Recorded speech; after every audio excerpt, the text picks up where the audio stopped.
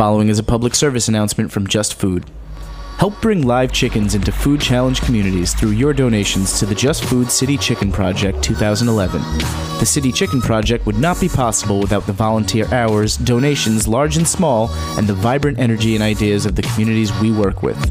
Just Food is a nonprofit organization that connects New York City communities and local and urban farmers with the resources and support they need to make fresh, locally grown food accessible to all. To donate, search on Kickstarter.com for Just Food and find their City Chicken Project. For more information on Just Food, visit justfood.org or call 212-645-9880. That's 212-645-9880. Let's keep making New York City a better place to live and eat. We talk about food, we talk about music, with musical dudes. Finger on the pulse, Snacky Tunes.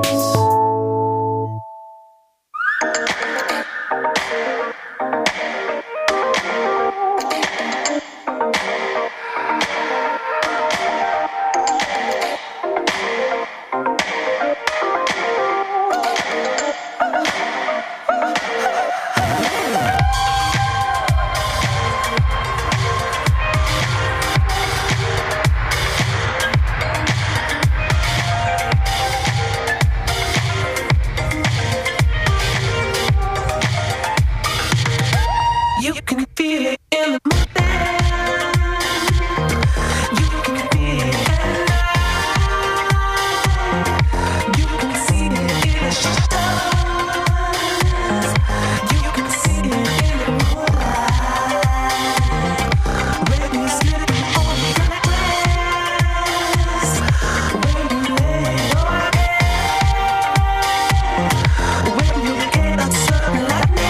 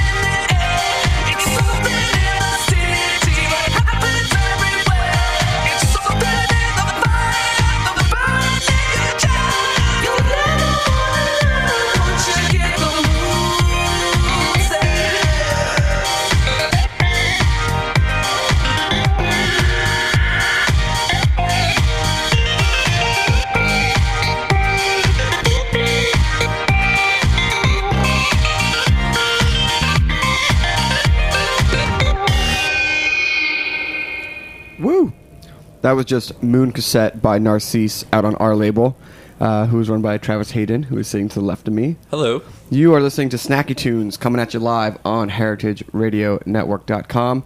It is a glorious sunny day. We are eating some delicious salads from Roberta's. And I also want to welcome to the studio John Donohue, Man with a Pan, editor, author? Editor. Editor of Man with a Pan. Author. Right. A series of collections of fathers who cook. And we're going to get to that just in a second. I just want to thank everybody who bought tickets to the Budokan Barbecue happening next Wednesday, or a week from Wednesday on June 15th. We've sold out all of our pre-sales, and because of the response, we're going to add an additional about 150 plates at the door.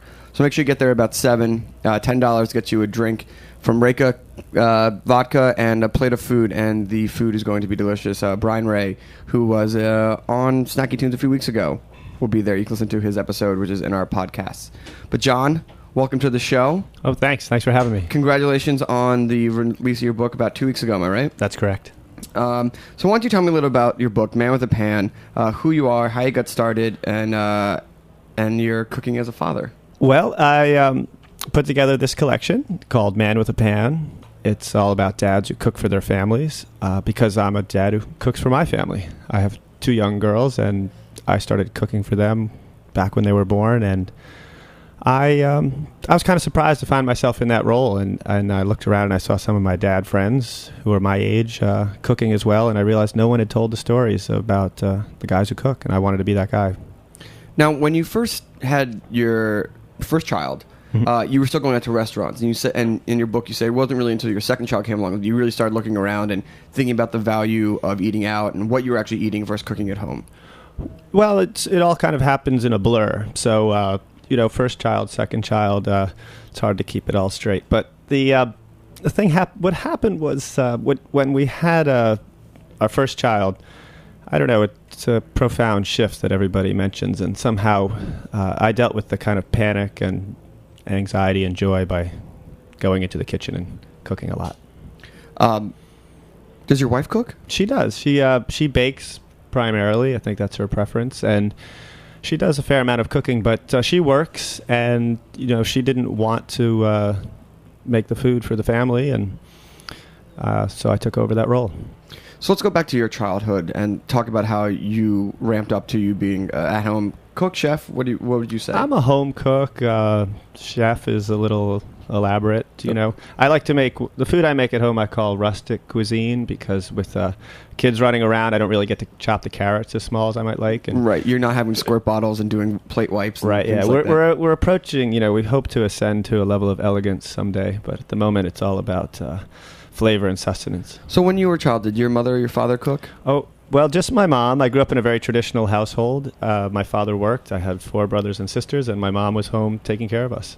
And your college lean bachelor days, were you cooking then? When did you first start getting into the kitchen? I worked in a fish market, a retail fish market in high school and college, and then for a year after, and have always been interested in food for a fundamental reason. I've always been very hungry somehow. I'm really kind of tall and skinny and starving, and so I was always attracted to working around food. And when I worked at the fish market, some of the people who were on staff with me were graduates of the CIA, and there was a little kitchen there. We made some prepared foods, and I learned some nice sautéing techniques. I learned some fundamentals about food preparation, and then was able to always translate those into making meals for myself or making meals for my friends. Right. So you get married, you have kids, you have your second kid, you start cooking for yourself, and beyond just getting some reward out of that, you found that it actually improved, I would say, your marital relations, as you say in your book? Well, I think everybody's marriage is different. I've always been very satisfied with the state of my marital relations, but there are certain statistics that come up. I think what you're alluding to is what's mentioned in the introduction. Yes, it has been discovered by some eminent sociologists that the more work a man does around the house, the better reported level of sexual satisfaction there is in a couple.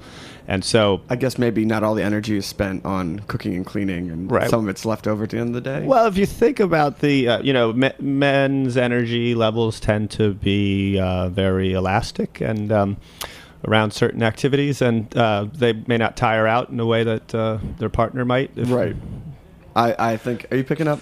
I think I get it. You think you get it. So now, it's interesting because cooking has always had these two sort of gender stereotypes. Growing up, or in the 50s or 60s or 70s or even 80s, like cooking at home was a woman's job. Right. Stereotypically, Yes, absolutely. Yeah, that's the but history. in the kitchen, especially in France, and it was always like a very man, like when you went out.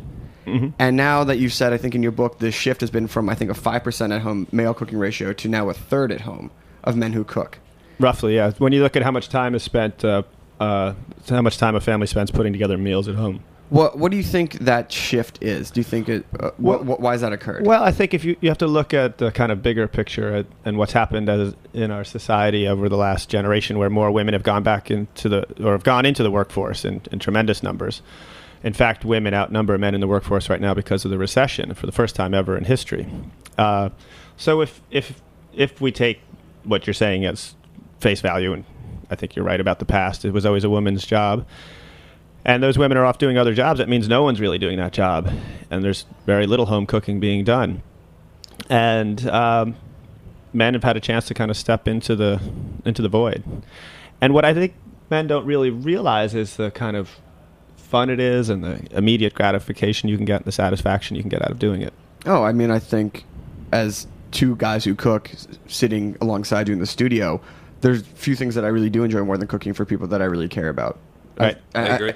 I really think especially when you do something like a 3 or 4 hour, like a slow, or 8 hour, like slow roasted meat, or like a cassoulet or something like that, to know that you put in those hours and then to see people's faces light up and things like that. It's a really amazing experience. And the sort of dirty little secret about cooking, from my perspective, is that it's not actually that complicated. No. You talk about a 3-hour cassoulet and it sounds like, I don't know, you're doing the next moonshot or something. But you know what? It's really not. It's more like, building a model airplane when you were a kid. I mean, a lot of the things, and I guess this is the irony, that it's a matter of time, which is not quite the luxury that you have as a new parent. Well, when you're a new parent, or when you're a parent, period, you lose. You don't have any time, and then it becomes more of a kind of logistical question and a kind of organizational question, and that's where it gets complicated as a parent. It's always been a drag to be the home cook, man or woman, and that's one of the reasons I think women rebelled against it for years. There was a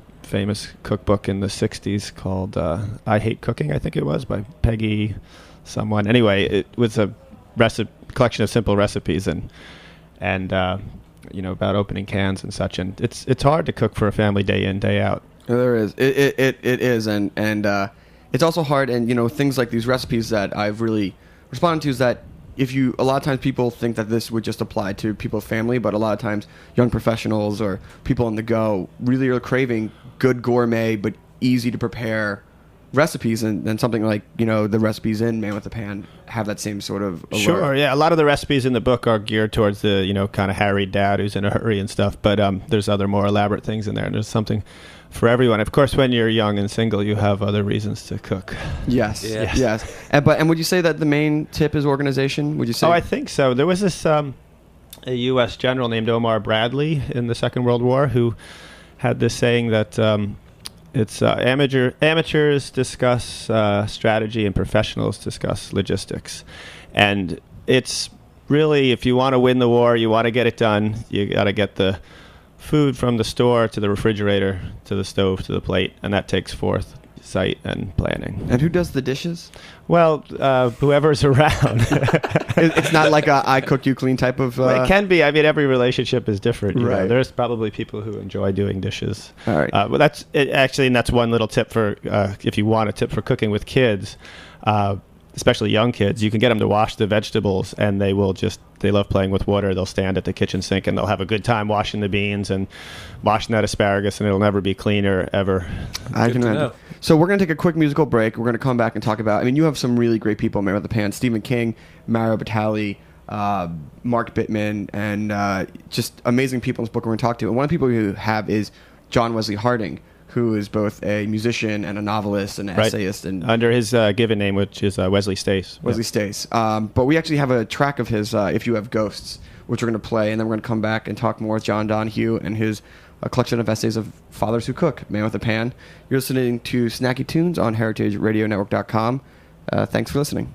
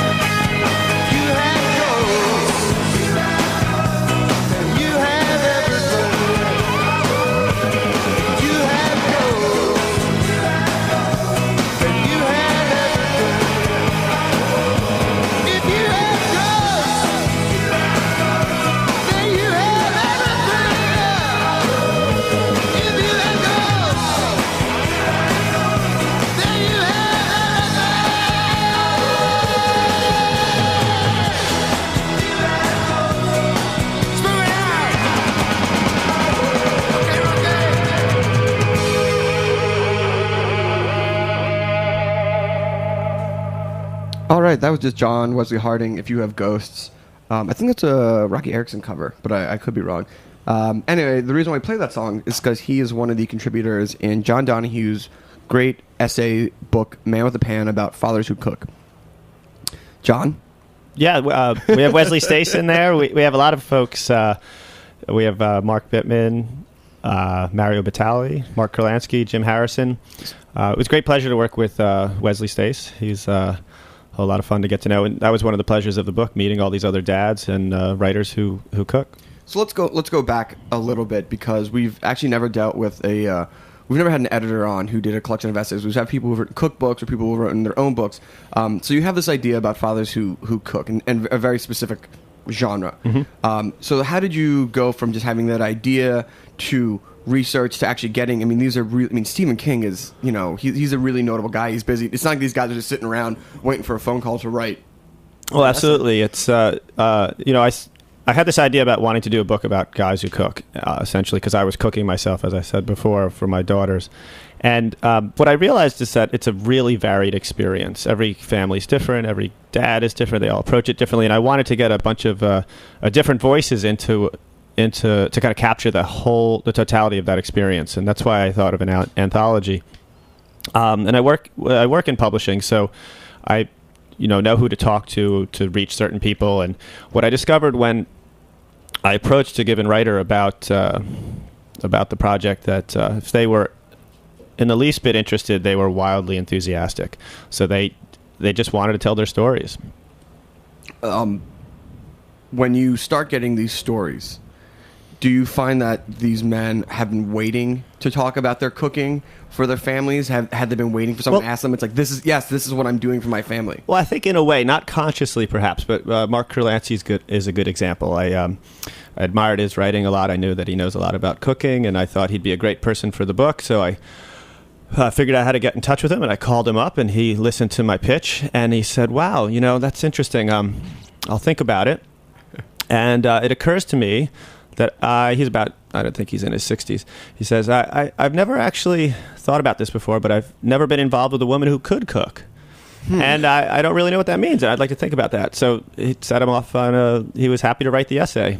And to put the book together, I kind of envisioned short pieces by all the writers, about 1,500 words, which is, 5 pages or so, 10 pages. It's short. And I got 5,000 word pieces, perfectly formed pieces from some of the writers. They just really wanted to run with it. Wow. And they were happy to do so. And so then what's the process? So you get these essays in. Did you do a lot of editing? Did you work with them? I did. Some people need more, or some people embrace the editing process more than others. And I wanted to preserve everybody's voice. So we have Jack Hitt talking about basically red beans and the history of Southern race relations in his essay. And we have Stephen King talking about how his wife lost her sense of taste because she was living near a toxic well, and how he took over the cooking, and how he just likes to make simple dishes. And so everybody had a different voice and different point of view, and I wanted to preserve that. I just work with them to be clear in their storytelling and help them get their point across. So what are some of the highlights from the book that you found related to your life as well? Did you find that in talking to other fathers that there were parallels between your experience cooking for your daughters and their lives? Oh, certainly, because a lot of the being a father who cooks, a lot of it comes out of just the commonality of being a father and having to deal with the family, the pressure on time. For example, when you become a parent, your time just kind of vanishes and disappears, and there's that commonality, but also there's some differences. I talked to a football coach in Atlanta who cooks for his family, and he had a kind of funny story. He's in the book, and he had a funny story about how he got started. He and his wife got married, and she was doing the cooking for a while, and I guess there was some issues with the flavor and the taste, and having to have Mylanta in the medicine cabinet and such. And they had a little heart-to-heart about 2 years in, and he took over cooking. And he has a very high-stress job. He's a guidance counselor and a football coach at a high school in Atlanta. And a couple of times we had to reschedule the interview with him because he was dealing with student crises, included somebody getting murdered or being in jail, and he had a really serious job and doing really serious work, and still finding the time to take care of his family and do the cooking. And so he told me he does the cooking at a 24-hour grocery store at about 4 o'clock in the morning. And I thought, wow, you're really short of time, like you're working a really long day there. And he said, no, I could do it in the afternoon. But if I do it in the afternoon, a 1-hour shopping trip will turn into a 3-hour trip because I'll run into some parent from the school and they'll want to talk to me about their kid. Right. So he goes in the middle of the morning to avoid other parents, basically. I think the great thing about this book is that not all of these are success stories. And that's the other thing that you have to understand about cooking is that there are going to be times when you're putting out 7 to 21 meals a week that they're not all going to be winners. Oh, absolutely. And can you talk to me about maybe one or two of your own dishes that came short of pleasing the family? Oh, well, my kind of most notorious one around my household involved my first foray into making pizza, and it's kind of ironic we're here at Roberta's, and we're sitting in front of two lovely pies that are tempting us. And so I went and I got a recipe from the Times, and I got a pizza stone, and I got the San Marzano tomatoes, and I got everything. And the kids, they love me, and they're very excited. And every kid loves pizza, and my kids are no different. So they're very excited about the pizza and take up all afternoon making pizza, and it comes out, and it's not exactly burned, but it's got weird bits of tomato on it and stuff, and the kids won't eat the pizzas. It's like, if your kids can't eat your own pizza, I should probably throw in the towel, but you have to persevere. And have you gotten your kids involved in beyond just washing? I mean, I know they're still really young, but at what age are you let them start wielding a knife and really getting in the dirtiness of the kitchen? We live in an apartment in Brooklyn, and there's not that much space in the kitchen, and in particular the apartment we used to live in for a while, so they're always around. They like to be around me. I'm their father, and they adore me, and I like to have them around me. So they're there, and I let them use knives, maybe not very sharp knives, but I'm not afraid of them being in the kitchen or around the hot stove. They learn pretty quickly to stay away from the hot stuff, and they like to be involved. And my eldest daughter, really, she's taken a shine to setting the table and making little place cards and doing all that stuff on her own, and I'm happy to let her run with that. Awesome. Well, John, thank you so much for being on our show today. Sure. Man with the Pans out in Algonquin, perfect for Father's Day, and beyond Father's Day if you just want some good essays and things like that.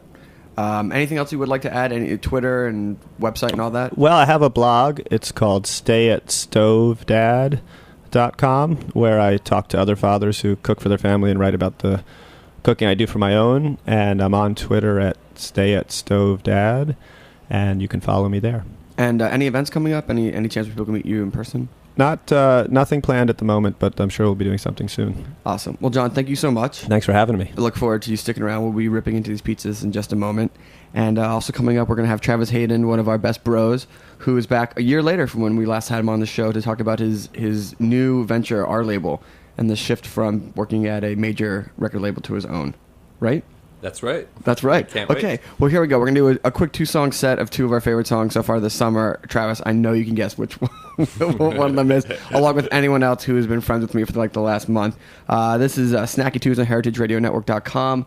It's a beautiful day, and also not a bad day to spend in the kitchen. Here we go.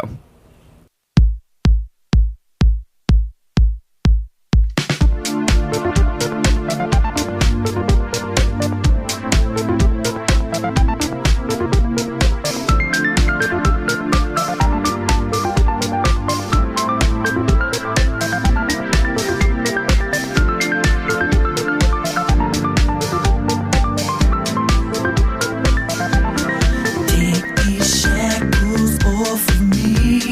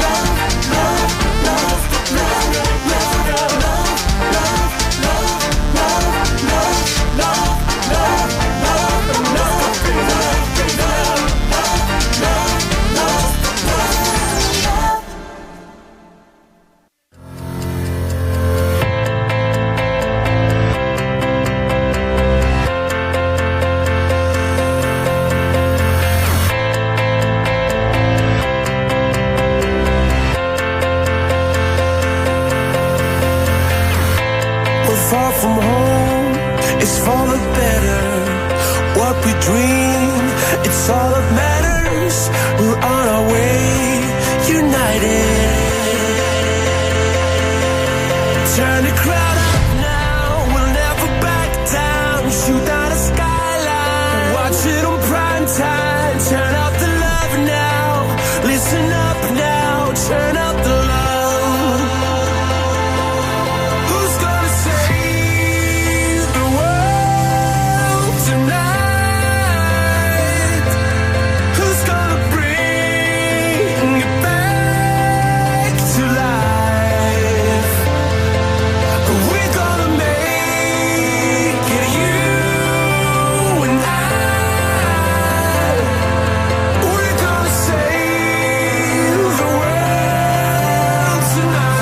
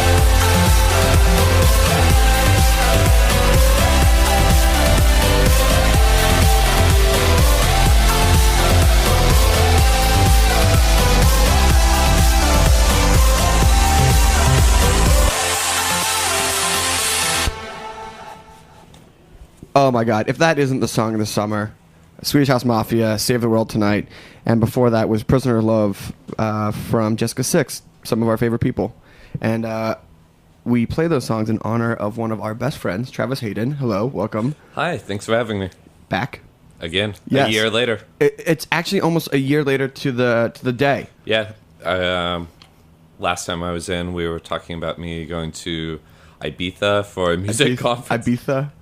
That's IBT 47 H's. Yep. A. So, and also last time you were working for Big Beat, which was the giant music division of Atlantic, the dance version. Yeah, I was running Big Beat Records. I'd just been brought on maybe 6 months later to run all the dance music at Atlantic Records. And since then, I've left. I'm still there in an A&R capacity, but full-time, I have my own management company. Which is called? Nothing. Travis Hayden, Awesome Town. On the checks, it's Hayden Music Management. Oh, Yeah. That doesn't really ring him. Yeah. Yeah. But more importantly, you've launched your own, and which is now your second music label. Yeah, it is a. I started off my introduction to the music industry was starting a label called I Heart Comics. Matt and Kim, Hearts Revolution, Toxic Avenger, Designer Drugs, and numerous others. Totally Michael. Totally Michael. Protocol. And now you're focused more on just straight up dance music.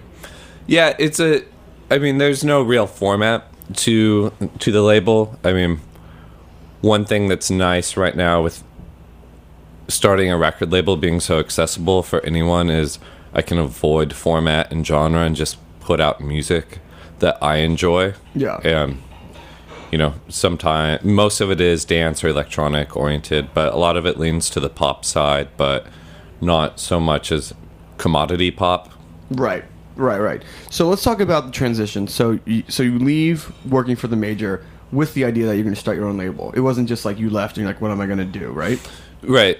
And I support myself on music management, and this digital label is purely a passion project. I went into it knowing that that's what it was going to be, and luckily I had experience that I knew the worst thing that could happen was I would break even. Like, that's the worst? That's the worst. Isn't the worst losing a ton of money?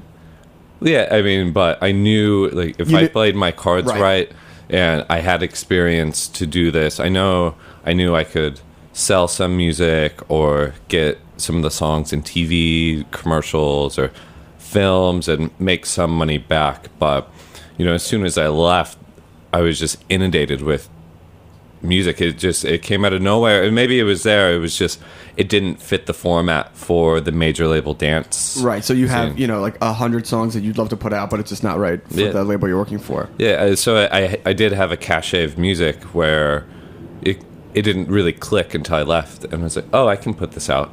All right. So how about this? Who have you put out? Right now, I've put out Punches. Are you familiar with them? I'm familiar with those awesome dudes of Punches. And then also, I'm a digital distributor for other labels for people who've started their labels and they don't necessarily know how to distribute their music and don't want to go through the channels and don't want to just deal with the process, and they can go through me. And one of the labels that's been most successful is called the Pop Manifesto. Oh yeah, love those guys. With releases by Blood Diamonds, Magic Mountain, and a few others. All right, so let's play a song. What do you have queued up? This is a new release. We opened the show with Narcisse with one of their singles, but this one is the follow-up single, which has never been played on the radio before, and I really like it.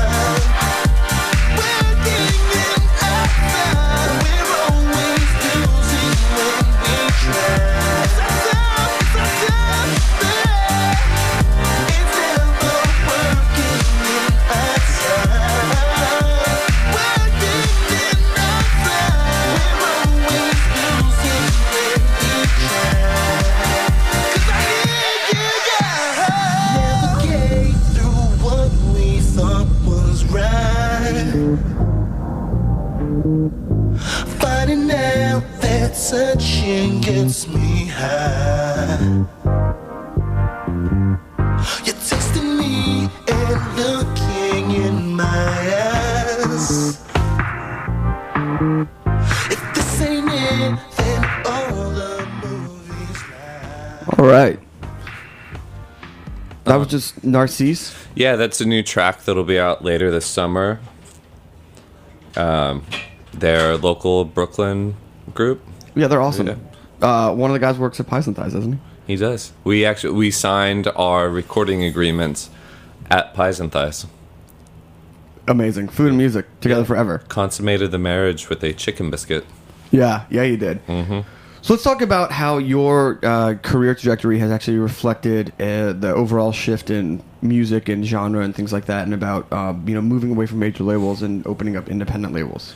Well, the great thing now that hasn't really existed before is an accessible means of distribution.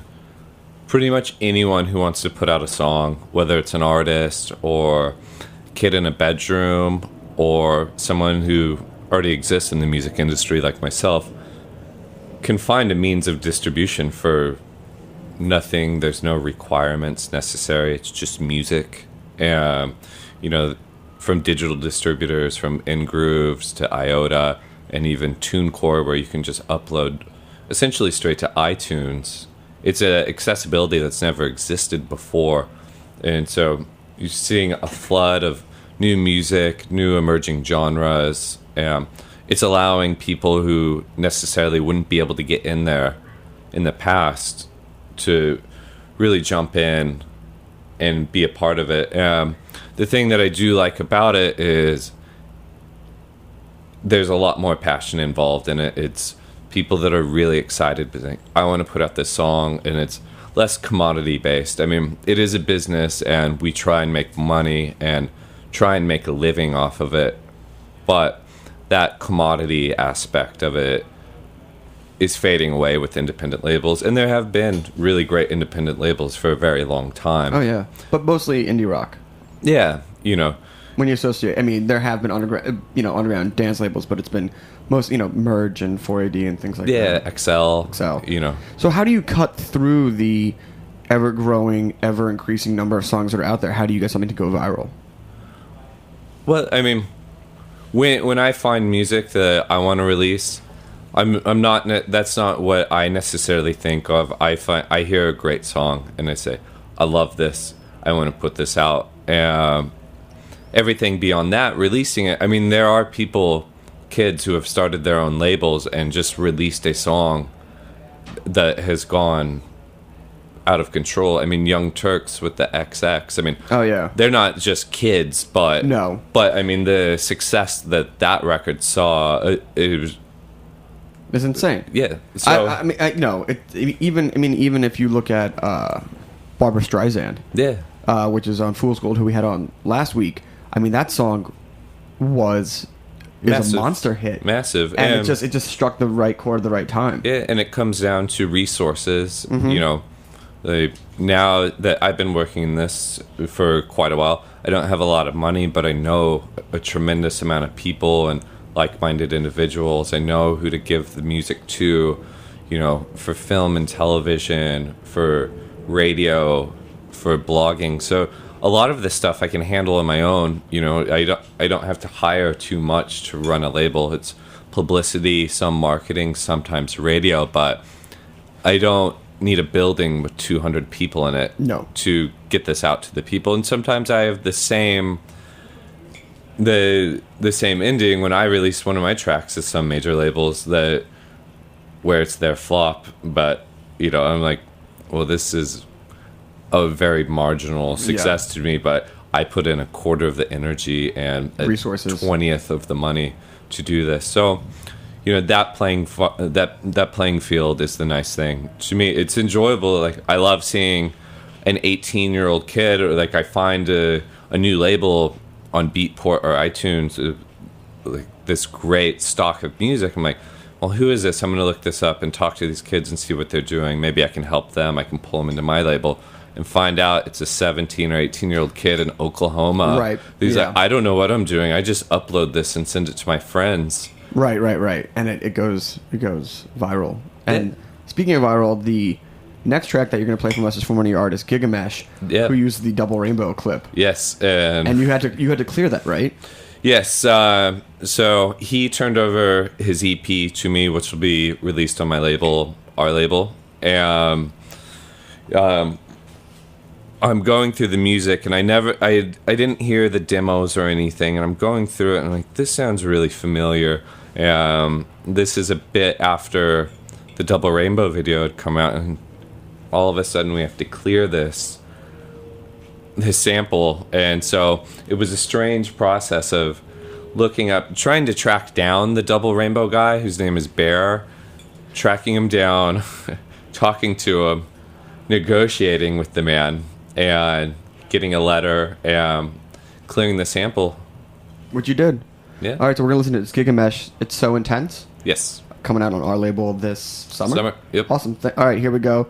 Travis Hayden, our label, International, International. which we'll get to in just a minute. Yeah, that's a story. Here we go.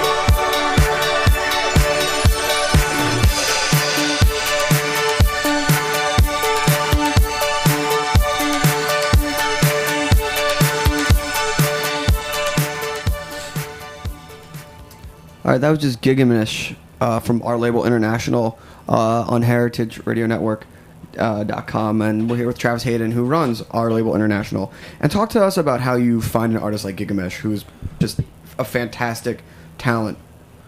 Well, Gigamesh was interesting. I was managing, and still am, a group called Senior Stereo out of Miami, and Gigamesh was a part of that.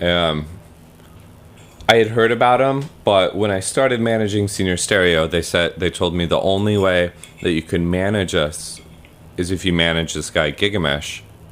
And I was like, okay. And so I set up a call with them, just one-on-one. Sent me music, and I knew his remixes. And shortly after, actually, he had produced a song for Mike Posner called Cooler Than Me. Mm-hmm. I didn't know this, and I had just started managing him. And I was flipping through this Billboard magazine that I was in from that trip to Ibiza. Oh, yes. Yeah. Yes. And I'm flipping through it, and it's Gigamesh's name in huge print, and he'd produced a song that sold 2.5 million copies, and I was like, well, if this is serendipitous, if it's not, I don't know what is. And so I can see you sitting in that magazine going, whoa. Yeah. So, but he's a great producer, and his own music is really fantastic. And shortly after all of that, he sent me this EP, and I was just floored. I am managing him as well. So he's a great producer and writer, working with a whole bunch of different artists. And he has this EP coming out this summer that we're touring on. We'll be touring all over the U.S. and Europe, Australia. And so it's been a really exciting process to be on both sides of that. But the EP is really great. It's coming out this summer, and I'm very excited for it. So let's talk about the name, Our Label, which you had recently changed to Our Label International, and the story of what happened there. Well, and the importance of picking a name, because Our Label is not the most Googleable. No, that's I always joke about that. It was like, at first you Google Our Label and nothing comes up. It's those kids that I was talking about that start their own labels. Yeah. And on blogs they say, I'm putting it out on Our Label. And so I just canceled the Google alerts on that. It was like too much. But once you put in Our Label Records, there's a funk kind of reggaeton label based out of the UK. And I got an email saying, What's hey, up? Yeah. Hey, our labels have the same name. What are we going to do about it? Yeah, and, it was I'm pretty laid back about it. I was like, look, I don't want any ambiguity here. Let me just add a little bit to the name and separation. They don't release that frequently, so I just switched it up a little bit. And Our Label International was born. Yeah, it's fine. Got a new website. Boom. Yeah. What's the website? ourlabelintl.com. Very nice. Very nice. So what do you have coming up this summer? What are you releasing? What are you putting out? So I have a single by Panther Hands. Uh-huh. I have 2 singles by the Narcisse. Mm-hmm. I have an EP by Gigamesh. Mm-hmm. I have an EP from this group from Brooklyn called Punches. Yes, I've heard of those guys. Yeah, and I have 2 Narcisse. Did I already say that? Yeah. Okay. 2 Narcisse singles and an Ocelot single. Love Ocelot. Yeah, pretty good. Corey, what's up, buddy? Yeah. Hey, Jimmy. Hey, Jamie. Shout out to you guys. Jimmy. Jimmy? Jimmy. What did I say? Jamie? Yeah. Jimmy. Yeah. Jimmy and Corey. Yep. So what are you going to take us out on? What are you going to play? Well, let's play this never heard before Ocelot demo. Which one? It's untitled. Oh, okay, great. This is the one I'm putting out. Okay. This is a demo, so please don't rip it. Yeah, please don't rip it. Anyway, so I'd like to thank my guest, John. Thank you so much. Thanks for having me. And thank you to our birders for the pizza. Jack Inslee, Heritage, as always. Big shout out to DJ Never Forget, who is, I think, en route right now to New York City. And we'll be out and about at the Talents Week for Internet Week. What? We're going to go see Cold Cave tonight. Can't wait. And probably The Moth tomorrow. Big shout out to fellow other public broadcasters. Yeah, Dan Kennedy. Dan Kennedy at The Moth. Thank you. Thank you for hilarious stories about everything and anything. We have a few things coming up. We have the barbecue on June 15th at Good Company. We have 150 tickets at the door. Greg and I will be DJing. I'm sorry, DJ Darin Forget, and I will be DJing at the Barbary in Philadelphia June 13th, June 24th, and we have a Death and Taxes thing, and we have a few other big announcements coming up for some other shows. Travis, John, thank you so much. Thank you. Okay.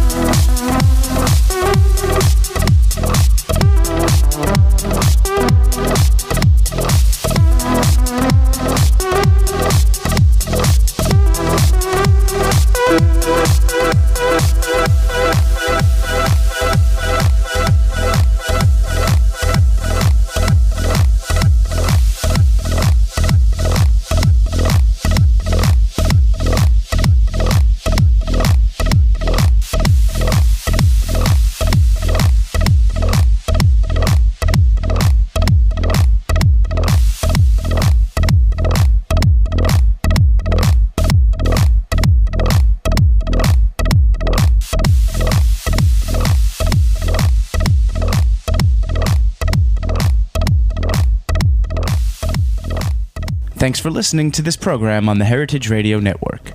You can find all of our archived programs on heritageradionetwork.com, as well as a schedule of upcoming live shows. You can also podcast all of our programs on iTunes by searching Heritage Radio Network in the iTunes Store.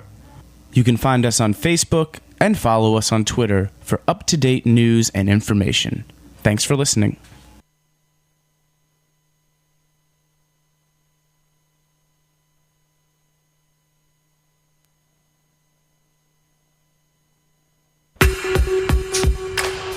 This is Behind the Scenes Food News with Katie Kiefer. A beef cut has been designed for a beer pairing. I know you're all going to be really happy to hear that. The Samuel Adams Boston Lager Cut will be available nationwide through an online retailer. This was actually designed by Jake Dixon of New York City's Dixon's Farm Stand Meats, located in the Chelsea Market, and it's cut from the cap to the top sirloin at a 45-degree angle. It's a nice-looking little steak. It's an 8-ounce steak that is designed to complement Sam Adams Boston Lager. But I bet you could find other beers that it would pair well with as well. So look out for it. Let's see what it's like. This has been Behind the Scenes Food News with Katie Kiefer.